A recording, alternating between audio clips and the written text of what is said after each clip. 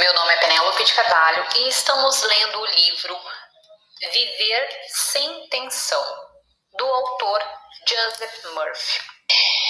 Versículo 3. E o Senhor disse a Satanás: Não considerastes o meu servo Jó, que não há outro semelhante a ele na terra, homem sincero e reto, que teme a Deus, que foge do mal e ainda conserva a inocência?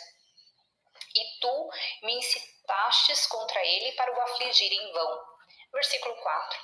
E Satanás respondeu dizendo: O homem dará pele por pele e deixará tudo o que possui pela vida. Versículo 5.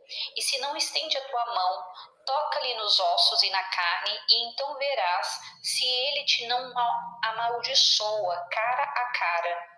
Versículo 6. Disse, pois, o Senhor a Satanás: Eis que ele está na tua mão, conserva, porém, a sua vida. Versículo 7. Satanás, pois tendo saído da presença do Senhor, feriu Jó com chagas horríveis, desde a planta do pé até o alto da cabeça. Versículo 8. E sentado em cima, raspava a podridão com um pedaço de telha. Versículo 9. E sua mulher disse-lhe: Ainda perseveras na tua simplicidade? Amaldiçoa Deus e morre. A prova da sua fé e confiança em Deus é o modo como você reage na adversidade, catástrofe, tragédia ou a morte do ente amado.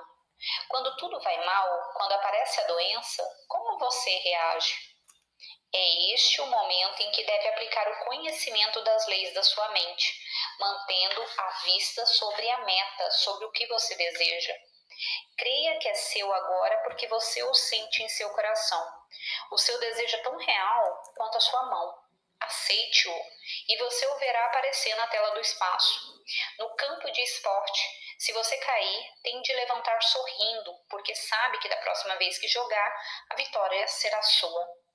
Quando as coisas estão correndo bem e o homem está prosperando, tende a descontrair-se, a levar as coisas na flauta e deixar de rezar. No entanto, quando aparece uma dificuldade, ele começa a fazer uma porção de perguntas, como: por que isso foi acontecer comigo? Eu não estava pensando nessa doença em absoluto, nunca ouvi falar nisso, não detesto ninguém, toda a vida pratiquei o bem, fiz caridade, vou sempre à igreja, etc. Os versículos 6 e 7 mostram que Jó tinha chagas da planta do pé até a cabeça. No versículo 9, a esposa de Jó lhe diz para amaldiçoar Deus e morrer. A sua esposa é o seu sentimento, emoção, reação. O homem, às vezes, amaldiçoa Deus quando o filho morre ou quando lhe acontece alguma desgraça na vida. O que o homem precisa é de uma compreensão clara da lei do seu próprio ser, que é conforme ele crê, lhe será feito. A crença é um pensamento da mente. O homem pode ser frequentador e comungante, assíduo em sua igreja, pode observar todos os regulamentos, ritos, rituais e cerimônias e ainda assim sofrer de doenças, tragédias e todo tipo de desgraças aparentes. O que importa é a maneira do homem pensar, sentir e crer em seu íntimo. Em outras palavras, o movimento íntimo do coração sempre se manifesta. Assim, o homem pode ser um bom budista, muçulmano, cristão ou judeu e obedecer os princípios básicos dessas religiões e ainda assim sofrer a miséria, dor e desgraça. Assim como o homem pensa em seu coração, assim ele será. O coração é uma palavra caldeia que significa a mente subconsciente, a sede de seus sentimentos e emoções. Conheci uma mulher que era muito boa do ponto de vista do mundo.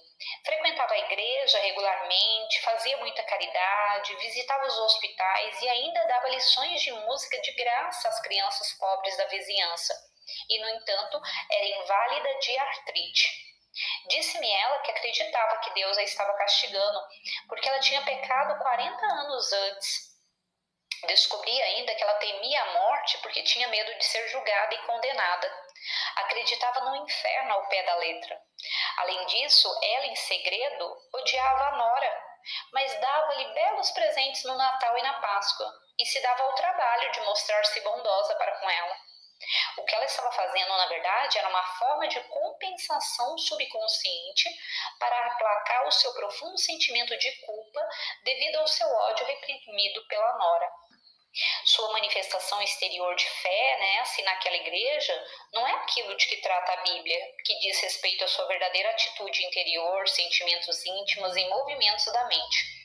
O pensamento negativo daquela mulher gerava emoções destruidoras, e essas emoções negativas emaranhadas no subconsciente devem ter um escapamento, de modo que suas emoções destruidoras apareciam como artrite.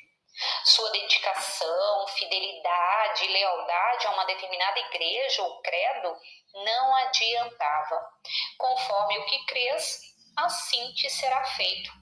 É essa a lei mencionada na Bíblia.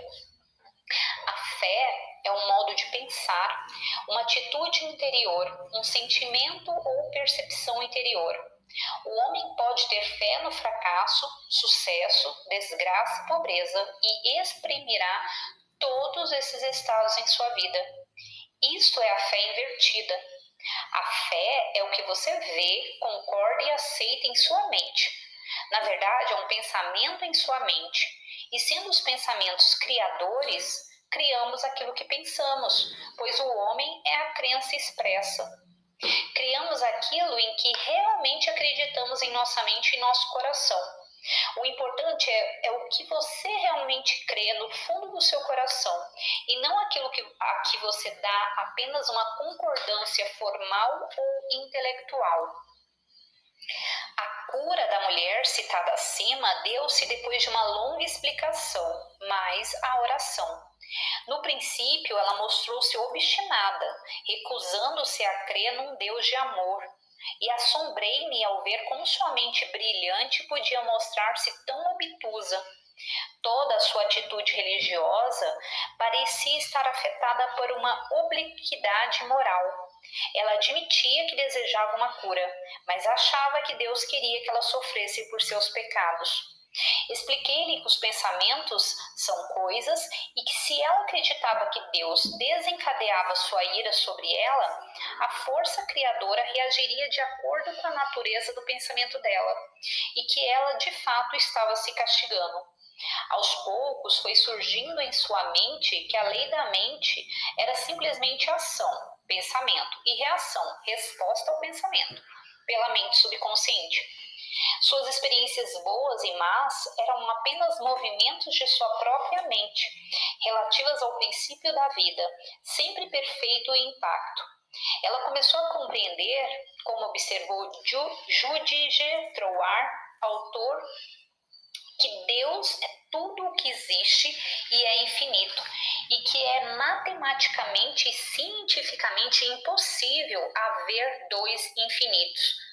Se existissem dois poderes, um anularia o outro, e não haveria nada senão o caos, a luta e fricção constantes.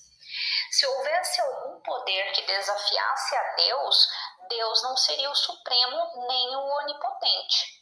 Ouve, ó Israel, o Senhor nosso Deus é o único Senhor. Deuteronômio, capítulo 6, versículo 4.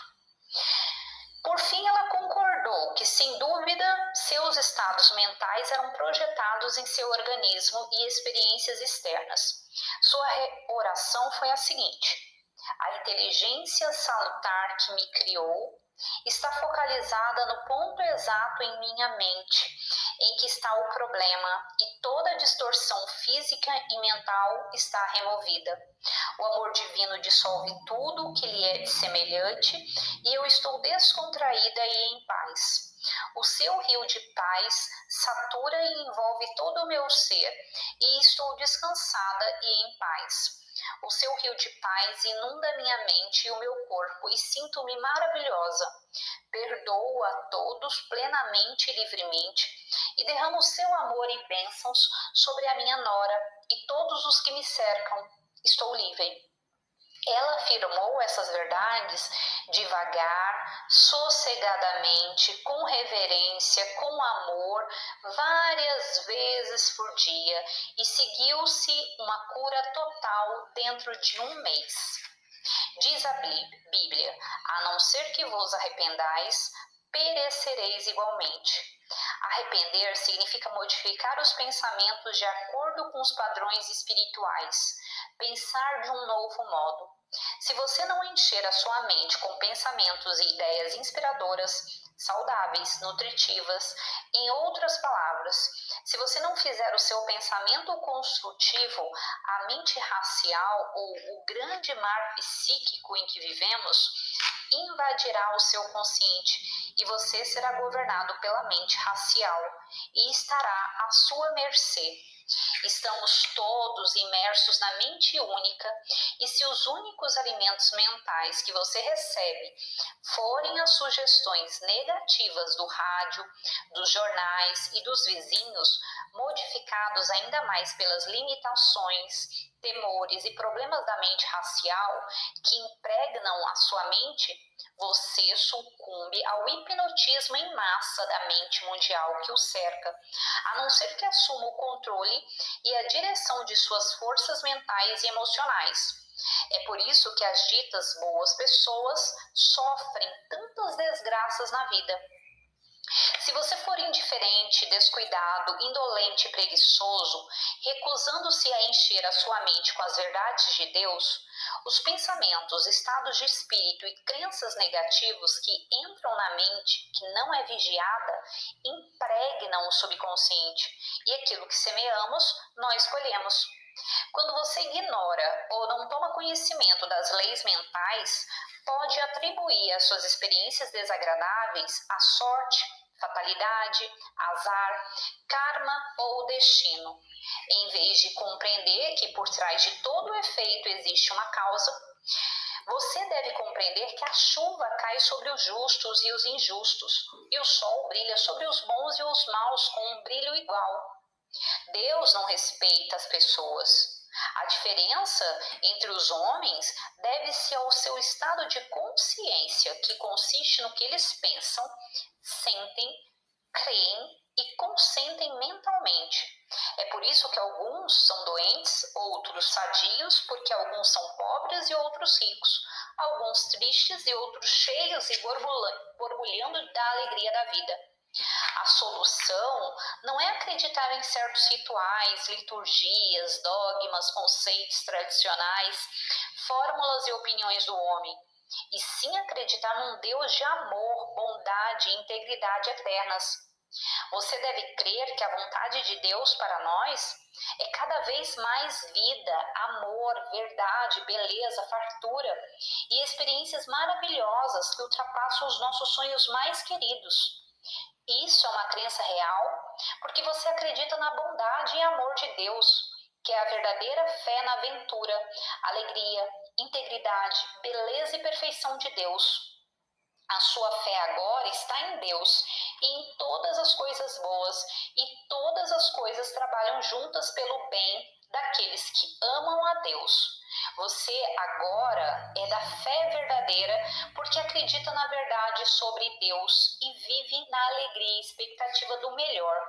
Só o melhor lhe virá. Versículo 11. Ora, três amigos de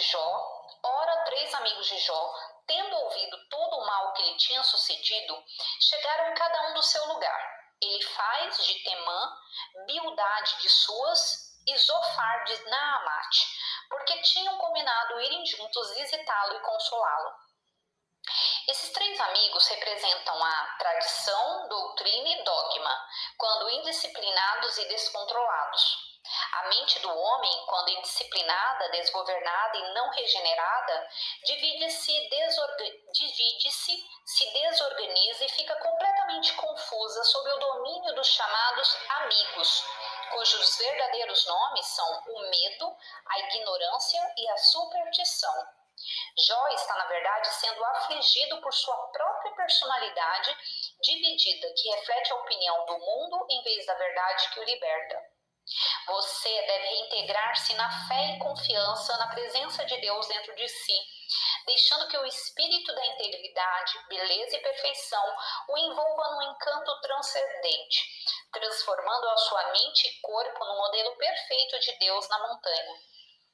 Não se deve mais permitir que a mente crie novas doutrinas baseadas sobre falsas teorias e falsos deuses, tais como a dicotomia do espírito e da matéria, da carne e do espírito, Deus e um demônio, etc.